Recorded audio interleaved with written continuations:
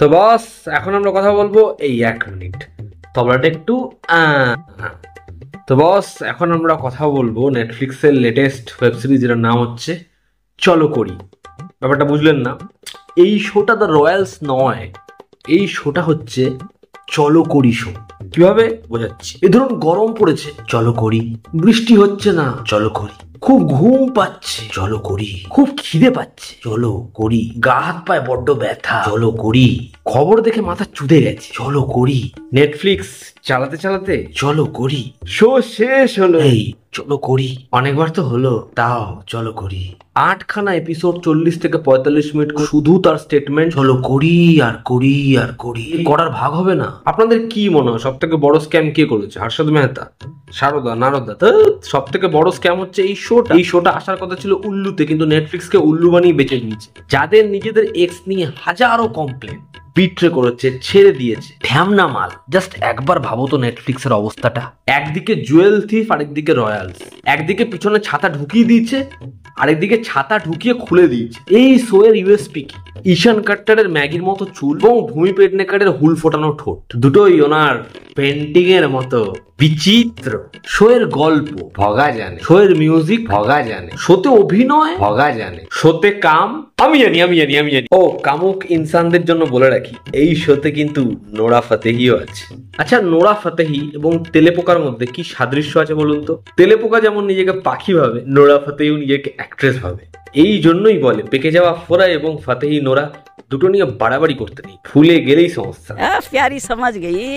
আমাদের ধৈর্য শক্তি যে কতটা প্রখর হয়ে গেছে সেটা জানার জন্য আমার মনে হয় দেশের বাইরের না লোকেদের দুটো জিনিস আমাদের এখানকার দেখানো উচিত। সেটা হচ্ছে দ্য রয়্যালসের মতো সিরিজ এবং এখানকার নিউজ মিডিয়া, যে আমরা কি দেখছি, আমরা কি সেবন করছি, এবং তারপরেও আমরা কতটা স্বাভাবিক রয়েছি, কতটা শান্ত রয়েছি, এটা আমার মনে হয় বাইরের দুনিয়ার জানা উচিত। আপনারা একটা জিনিস লক্ষ্য করেছেন, ভূমি পেডনেকারের সাথে আমাদের এখানকার ক্লাস টপার বনিদার হেভি সাদৃশ্য?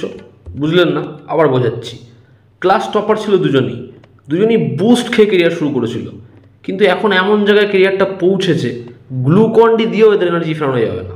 আমার মা হলে বলতো, যাও আরও মেশো অর্জুন কাপুরের সাথে। দেখুন, এই শোটা আপনার আমার মতো গরিবদের জন্য নয়।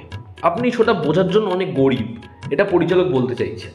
আমাদের সমস্যা হচ্ছে টাকা কিভাবে কামাবো, এই তো বাড়ির দায়িত্ব রয়েছে, এই এত বড় স্বপ্ন, সেটা অ্যাচিভ করবো কিভাবে। তাদের সমস্যা জল যেটা চেটে খাবো না চুষে। আপনার কি মনে হয় এরকম ধরনের শো দিয়ে নেটফ্লিক্স ফ্লপ ডিজাস্টার দিয়েছে? তাদের সাবস্ক্রিপশন উঠবে না, ভিউজ উঠবে না? কে বলেছে? এই শোগুলোই তো আলটিমেটলি সাকসেসফুল শো।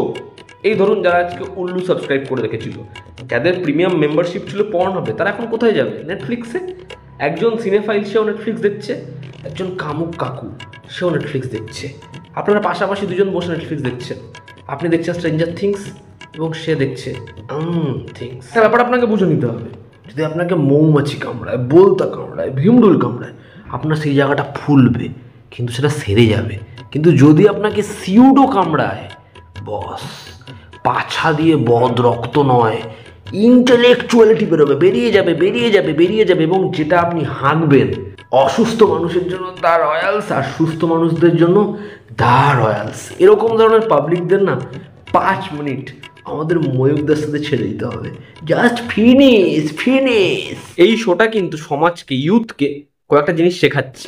সত্যম সেবম গাঁজা খাওয়ার ফলাফল, কিভাবে আপনার শরীরে উত্তেজনা দেখা দেবে জাপানি তেল এবং পর্ন হবে সাবস্ক্রিপশন ছাড়া। এবার আপনারাও যদি দায়িত্ববান টার্কি নাগরিক হন, তাহলে যান নেটফ্লিক্সে, এই শোটা দেখুন এবং নিজের হাতকে কাজে লাগান। ভালো থাকবেন, আবার দেখা হচ্ছে। Love you all, bye, take care.